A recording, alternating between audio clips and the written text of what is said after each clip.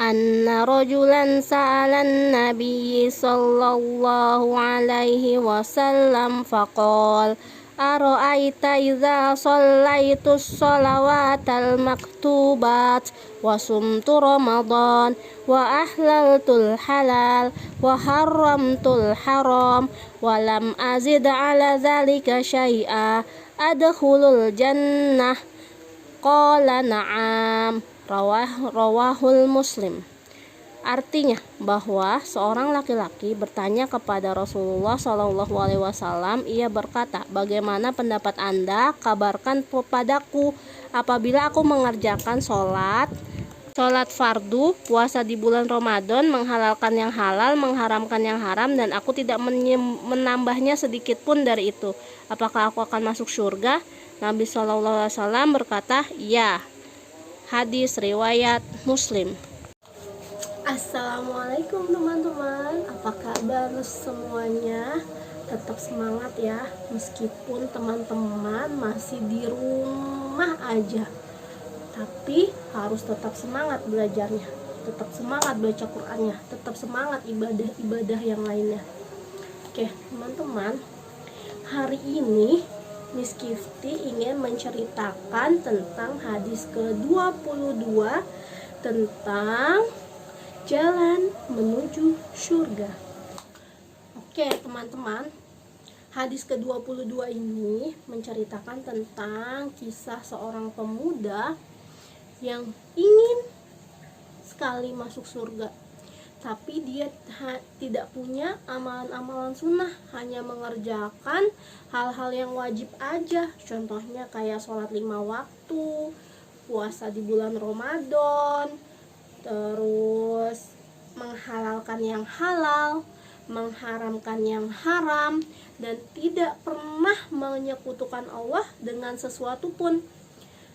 Saking dia ingin masuk surga teman-teman, dia bertanya sama Rasulullah, ya Rasulullah, mungkin gak sih saya yang hanya mengerjakan yang wajib-wajib aja, tidak mengerjakan yang sunnah-sunnah, bisa masuk surga? Gitu katanya teman-teman. Lalu apa kata Rasulullah? Kata Rasulullah, iya. Jadi jalan menuju surga itu jelas dan mudah, asal teman-teman mengikuti rambu-rambu yang sudah diajarkan oleh Allah dan Rasulnya.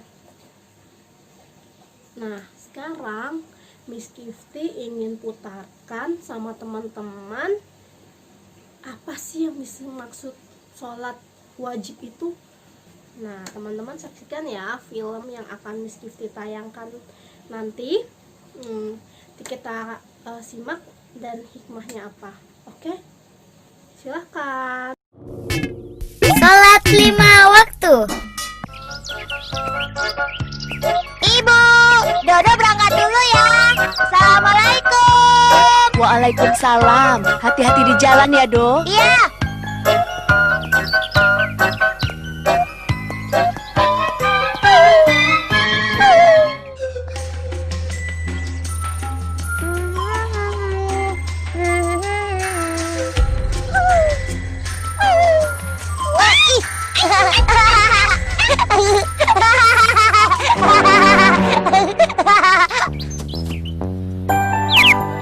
Oh iya ya, betul. Tidak, tapi tidak bisa. Ayo Do, sebentar lagi kan bel masuk sudah berdering.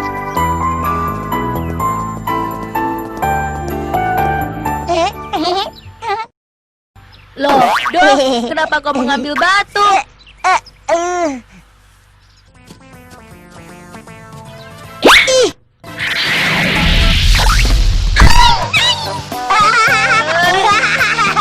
Apa salah anjing itu sampai kau lempar batu? Kenapa, Do? Karena dia anjing. Jadi Dodo lempar pakai batu. Bukan hanya anjing itu, tadi kucing juga Dodo tendang sampai mentok. Dan anak ayam Dodo suruh menarik gerobak mainan. Asik kan? Kamu tidak pernah sholat ya, Do? Dodo sholat. Kalau kamu sholat, kenapa kamu jahat dengan binatang? Memang apa hubungannya sholat dengan binatang? Dodo jadi tidak mengerti. Ayo apa? Kata ayahku, kalau orang sholat tidak akan pernah bertindak kejam. Hah? Sudah bel sekolah. Ayo.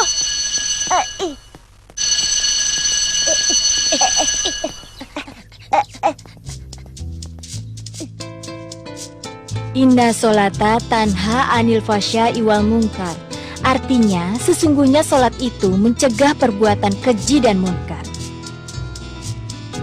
Artinya, kalau orang sholat tidak akan berbuat keji. Jadi kalau sering menjahati binatang, pasti sholatnya itu belum benar. Tuh, dengarkan. Makanya aku bilang jangan jahat dengan binatang. Dengan sholat, kita akan selalu mengingat Allah yang menciptakan alam semesta. Melakukan sholat pada waktunya mengajarkan kita disiplin untuk melakukan hal lain pada waktunya juga.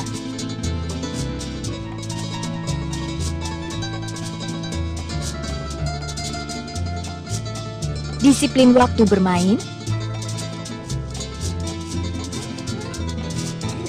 disiplin waktu belajar di rumah, disiplin waktu tidur,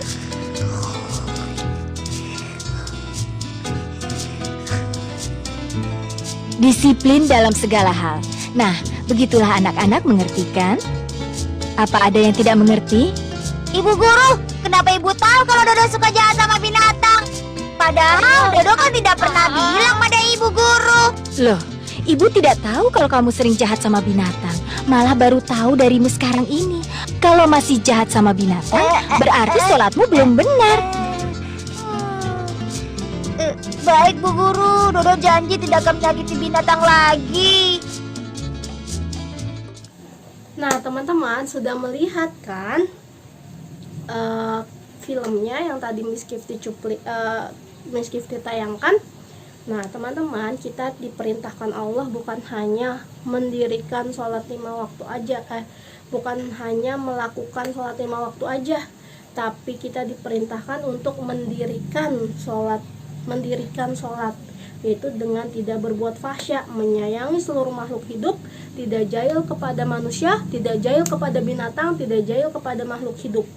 Gitu, teman-teman. Jadi, sholat 5 waktu kita itu sudah benar ketika kita melaksanakan perintah Allah nih. Tapi kalau kita masih melakukan hal-hal yang dilarang oleh Allah dan Rasulnya, itu tandanya kita belum mendirikan sholat, teman-teman. Sholat kita belum betul nih, kita masih belum khusyuk sholatnya gitu. Kita cuman sholat asal sholat doang, kita enggak melaksanakan perintah Allah yang sesungguhnya dalam sholat. Contoh, misalnya kita ibadah tapi kita masih suka bohong, ibadah tapi kita masih suka mencuri, ibadah kita masih suka jahil sama temennya, tangannya masih gampang banget pukul-pukul. Itu artinya sholat kita masih harus diperbaiki, harus lebih khusyuk lagi. Oke teman-teman. Nah, Miss Gifty punya nih film lagi, yang satu lagi tentang halal haram. Yuk kita saksikan bareng-bareng. Kita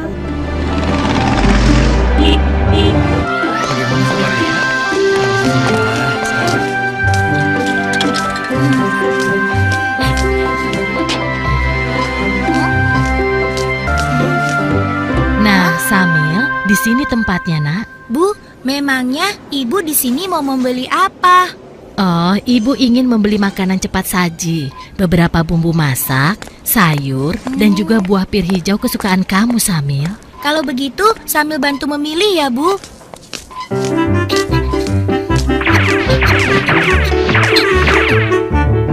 Nah, itu dia sosisnya. Samil, makanan apa saja yang kamu ambil, Nak? Ah, ini, Bu. Hah? Astagfirullahaladzim, Samil. Ada apa, Bu? Kenapa ibu beristighfar? Makanan yang Samil pilih salah ya, Bu? Tidak semuanya salah, sayang. Hanya saja, sosis ini tidak boleh kita makan. Agama kita mengajarkan untuk memakan makanan yang halal, bukan yang haram. Sementara sosis-sosis ini terbuat dari daging babi yang diharamkan oleh agama kita. Makanan yang halal, makanan yang haram. Sambil tidak mengerti, Bu. Makanan yang halal adalah segala makanan yang dihalalkan oleh Allah, seperti nasi, sayur, buah-buahan, daging ayam, daging kambing, daging domba, daging sapi, dan juga semua hewan yang ada di laut. Kalau minuman halal, contohnya air yang kita minum sehari-hari, seperti teh, kopi, susu, minuman kaleng, minuman botol yang tidak beralkohol dan memabukkan.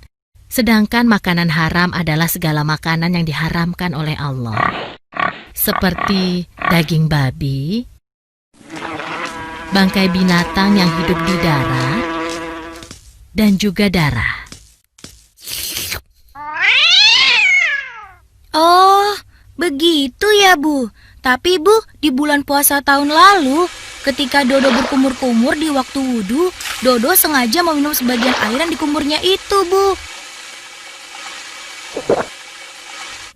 Pak Ustadz langsung menegurnya dan mengatakan bahwa yang dilakukan Dodo itu adalah haram.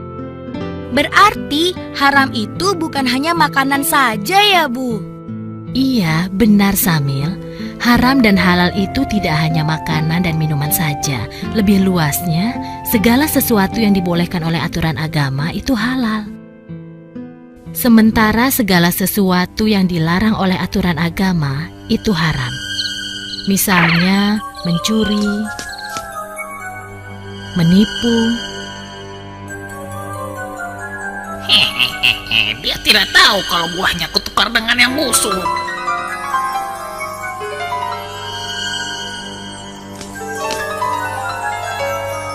Berbohong, dan durhaka terhadap kedua orang tua kita.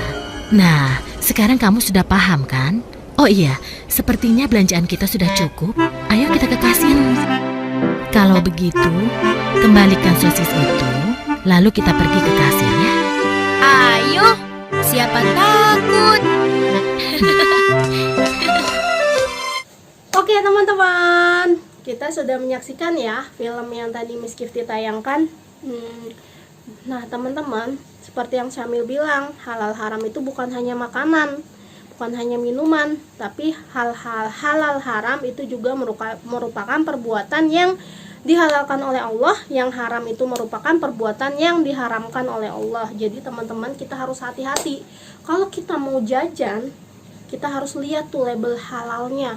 Jangan teman-teman karena menurut teman-teman enak, lalu teman-teman tidak memikirkan halal haramnya. Karena teman-teman, ketika teman-teman itu makan sesuatu yang haram, itu sudah menjadi daging dan nanti akan berefek sama tubuh kita gitu. Nanti kita bisa jadi anak yang gak soleh, bisa jadi gampang dengerin bisikan-bisikan setan, tuh bisa dari halal haram. Jadi teman-teman harus perhatikan ya, kalau makan dicek dulu halal haramnya, label halal dan haramnya, jangan asal makan aja.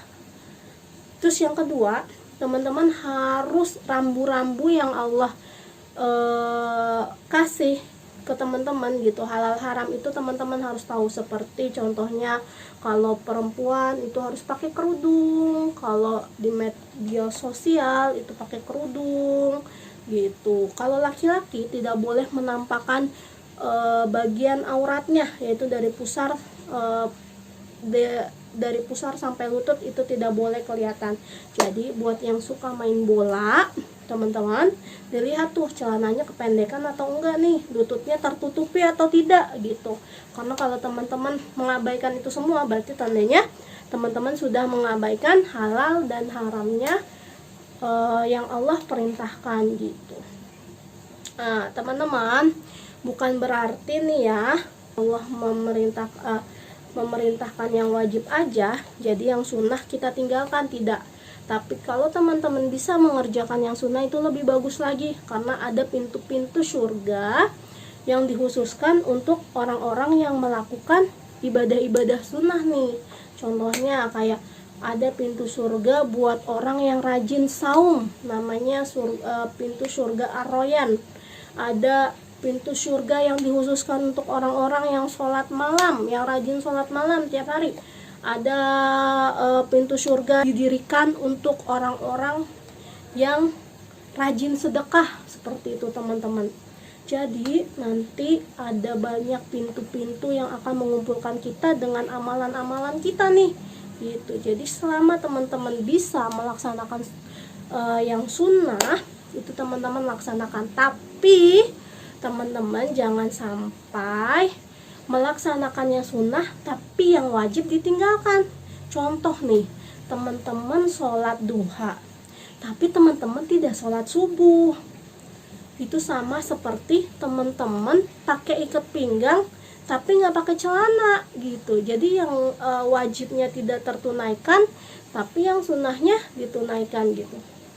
Oke, kalau sebisa mungkin yang wajib itu jangan sampai teman-teman tinggalkan, dan yang sunnah tetap teman-teman kerjakan. Oke, sekian dulu video dari Miss Gifty. Nanti kita berjumpa lagi di video selanjutnya ya. Assalamualaikum.